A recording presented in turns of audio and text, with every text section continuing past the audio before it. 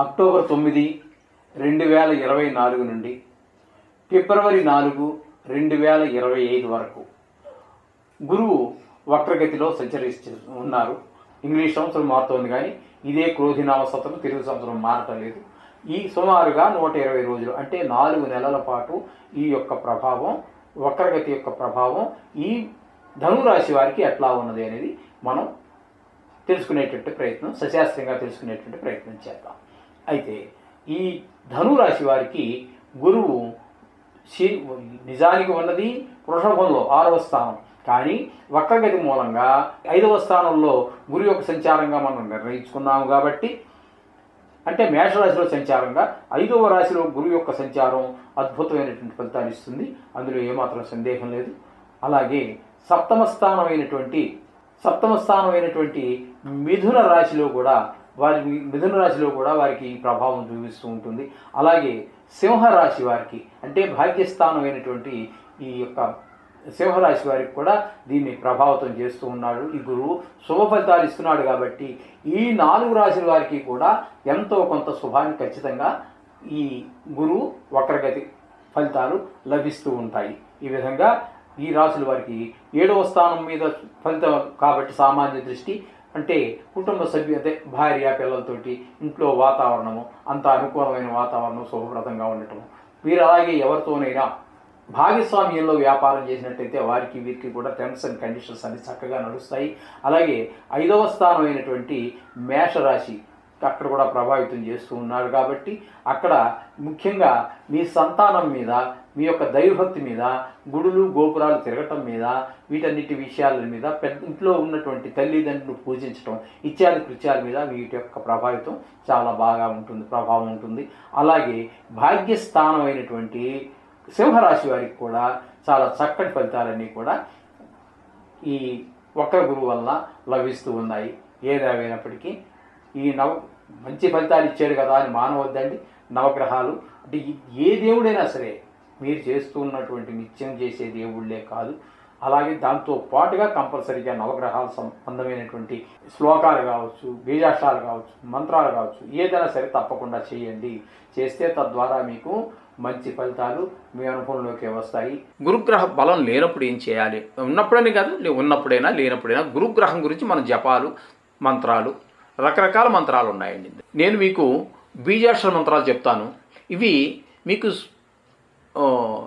Screen మీద కూడా కనిపిస్తూ ఉంటాయి. అది 11 కూడా నేను చెప్తాను, ఒక్కోటి 2 సార్లు చెప్తాను. అది మీరు అవసరమైనప్పుడంతా కూడా మీరు పెట్టుకుని వినడానికి వీలుగానే ఉంటుంది. ఇది ఒక్కసారి చూసి నేర్చేసుకున్నాం కదా అనేది లేదు, నోటికి రాలేదు కదా అనుకోక్కర్లేదు. ఇందులో ఈ 11 మంత్రాలు నా దగ్గర ఉన్న 11-12 రకాలు ఉన్నాయి. ఇవి చెప్పడం ద్వారా ఇందులో మీకు ఏది సులువుగా అనిపిస్తే, పలకటానికి ఏది సులువుగా అనిపిస్తే దాన్ని ఎంచుకోండి. అది మీదే ఛాయిస్. 11 రోజు చదవాలని మాత్రం అనుకోకండి. ఇందులో ఏదో ఒకటి ఎంచుకోండి. ఎంచుకున్నట్టయితే మీకు చక్కటి ఫలితాలన్నీ కూడా ఈ జపం ఫలితాలు మీకు మామూలుగా వేదమంత్రం ఉందనుకోండి, ఓం బృం బృహస్పతయే నమః, ఓం బృం బృహస్పతయే నమః, ఇది ఒక మంత్రం అండి. ఇది పలకడానికి అన్నిటికంటే సులువుగా ఉంటుంది. ఇకపోతే రెండవది ఓం ఐం క్లీం బృహస్పతయే నమః, ఓం ఐం క్లీం బృహస్పతయే నమః అండి. ఇక మూడో మంత్రం ఓం హ్రాం హ్రీం హ్రౌం బృహస్పతయే నమః, ఓం హ్రాం హ్రీం హ్రౌం బృహస్పతయే నమః. ఇక నాలుగో మంత్రం ఓం ఐం ఓం సురగురో అభీష్టం యచ్చ యచ్చ స్వాహా, ఓం ఐం ఓం సురగురో అభీష్టం యచ్చ యచ్చ స్వాహా. ఇది నాలుగో మంత్రం అండి. ఇందులో ఏదో ఒకటే చదువుకోవాలి. మనం చెప్పేట్టు 11, 12, 13 ఎన్నైనా ఉండేవి. ఒక్క మంత్రాన్ని మీరు ఎంచుకోండి, మీకు ఏది సులువు అనిపిస్తే దాన్ని. ఇక 5వ మంత్రం దగ్గరికి వస్తున్నాం. ఓం జాం జీం జూం సం బృహస్పతయే నమః. ఓం జాం జీం జూం సం బృహస్పతయే నమః. ఇది 5వ మంత్రం అండి. ఇక 6వ మంత్రం దగ్గరికి వెళదాము. ఓం నమః శివాయ నమః. ఓం శిం శివాయ నమః.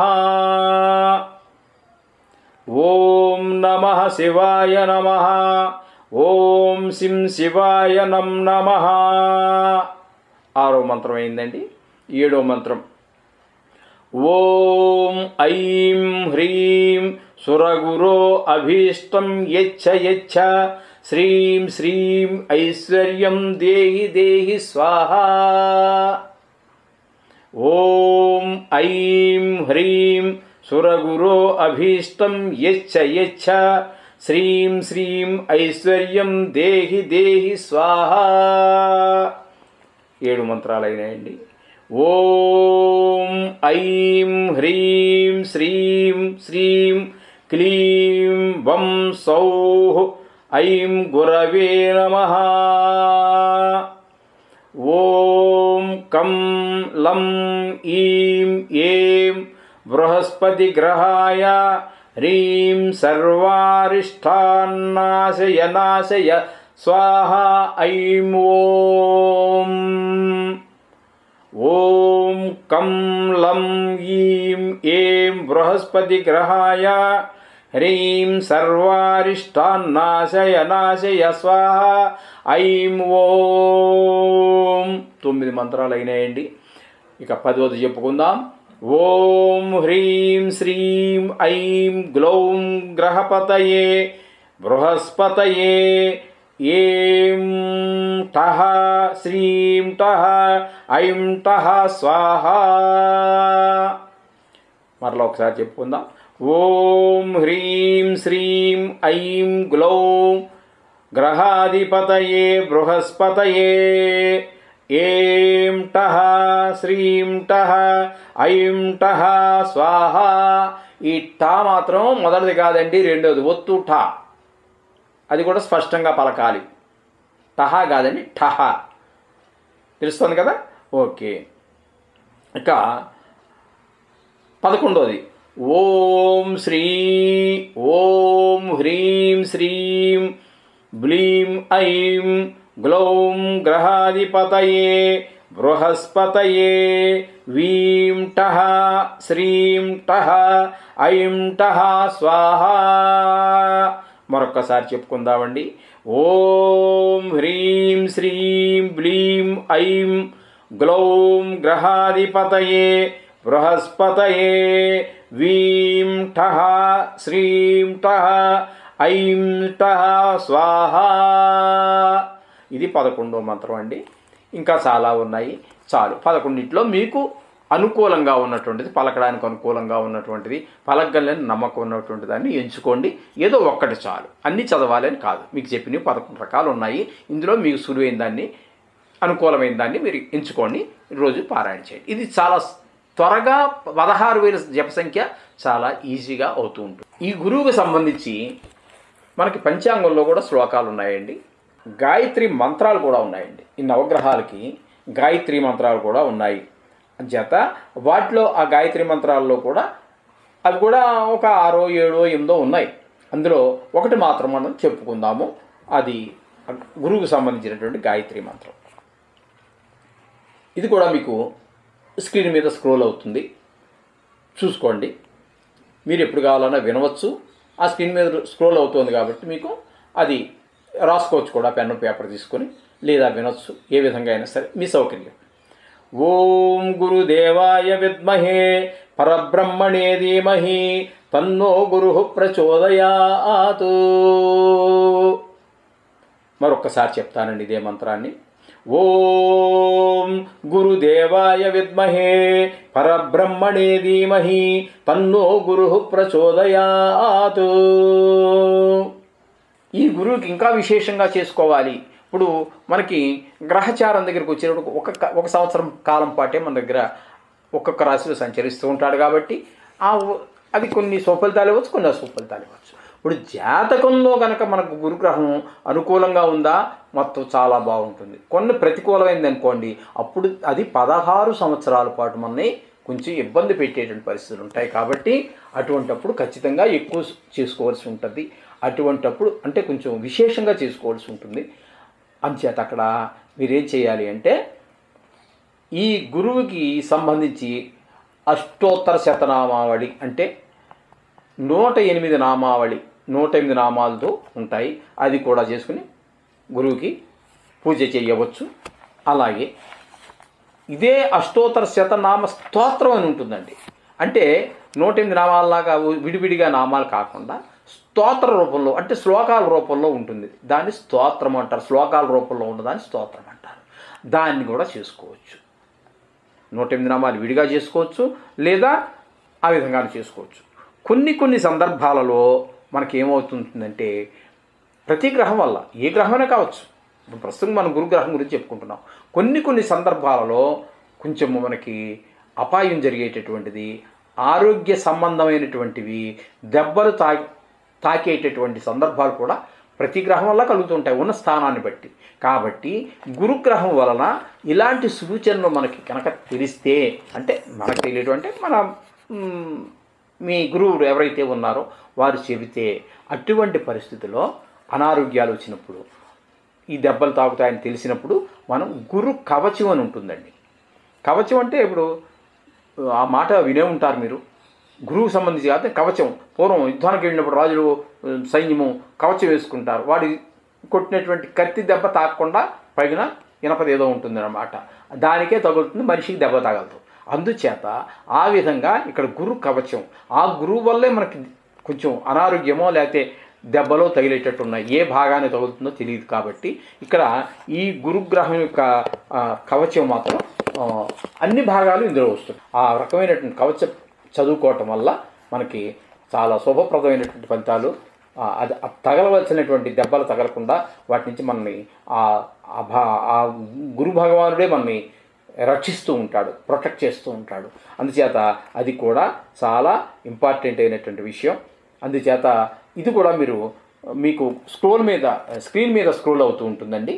ఇది మీరు చదువుకుంటే చాలా బాగుంటుంది. ఎందుకంటే మీరు రాసుకోవడానికి వీలుగా, ఇది కొంచెము 10 శ్లోకాలు ఉంటాయి, 20 లైన్లు ఉంటాయి. అది కొంచెము చదవగలిగితే చదువుకోండి. అది కవచం అనేటటువంటిది.